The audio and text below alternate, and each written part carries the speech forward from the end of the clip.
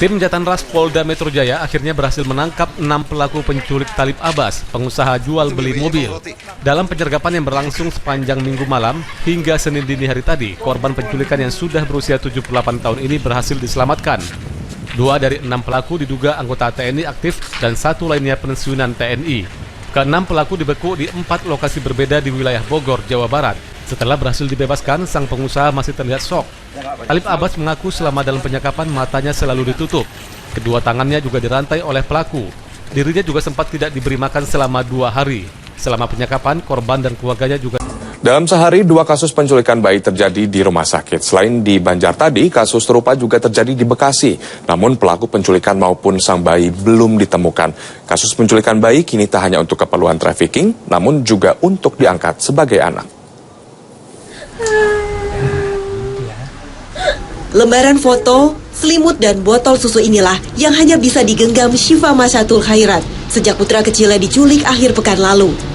4 hari lalu, Shelo diculik sesaat setelah dilahirkan di Rumah Sakit Ibu dan Anak Siti Zahro, Bekasi. Kejadian bermula Sabtu lalu saat seseorang berseragam rumah sakit meminta bayi yang baru saja disusui Syifa untuk diberi obat. Namun setelah ditunggu lama, perawat gadungan itu menghilang bersama sang bayi. Kelihatannya itu dari kejauhan apa dekat? Dekat banget. Makanya saya yakin anak saya belum jauh. Sarana keamanan di rumah sakit yang minim menjadi celah pelaku penculikan bayi beroperasi. Kondisi ini pula lah yang juga dialami keluarga Oom. Bayi yang baru dilahirkannya diculik dari rumah sakit oleh seseorang yang berpura-pura menjadi perawat. Beruntung, sang penculik berhasil diringkus. Dari beragam modus penculikan bayi, motif ingin memiliki anak tanpa melalui proses adopsi resmi menjadi motif yang sering dilakukan. 2010 lalu, seorang bidan honorer yang bekerja di Puskesmas Kembangan ditangkap setelah nekat menculik bayi pasiennya. SY nekat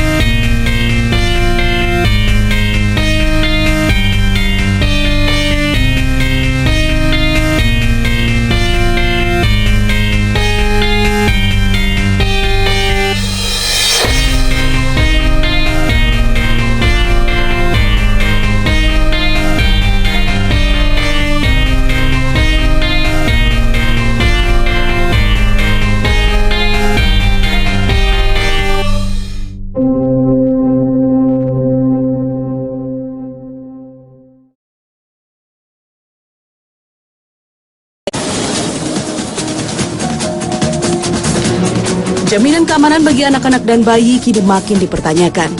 Kasus penculikan yang mengintai di mana-mana, angkanya terus meningkat setiap tahun. Tahun lalu, tercatat ada 120 kasus penculikan bayi dan anak. 35 diantaranya diculik di rumah sakit dan klinik kesehatan. Yang lebih mengerikan, di balik sekian banyak kasus penculikan, menanti kejahatan lain yang lebih besar, perdagangan anak dan manusia.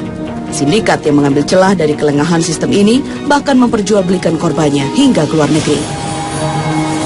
Karena kita membongkar kasus ini bukan hanya sekedar kasus pelaku itu sendiri, tapi sebenarnya ada sindikat di situ. Karena apa? Polisi kan letterlek ya bahwa 1 kali 24 jam harus ditunggu dulu.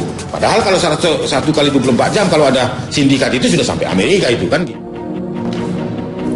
Uniknya, komplotan sindikat penculikan ini melakukan berbagai upaya untuk mendapatkan sasaran penculikan yang diminati pasar trafficking internasional. Misalnya, kasus penculikan aneh yang menimpa Sarubinati Kholisoh. Ketika sedang hamil 8 bulan, ia diculik selama 4 hari. Sepanjang disekap, ia dipaksa meminum obat perangsang persalinan. Akibatnya, bayi yang dikandungnya pun terlahir paksa dan langsung dibawa kabur pelaku yang diduga kuat adalah anggota sindikat penjualan bayi. Alasan penculikan anak juga terus bergeser.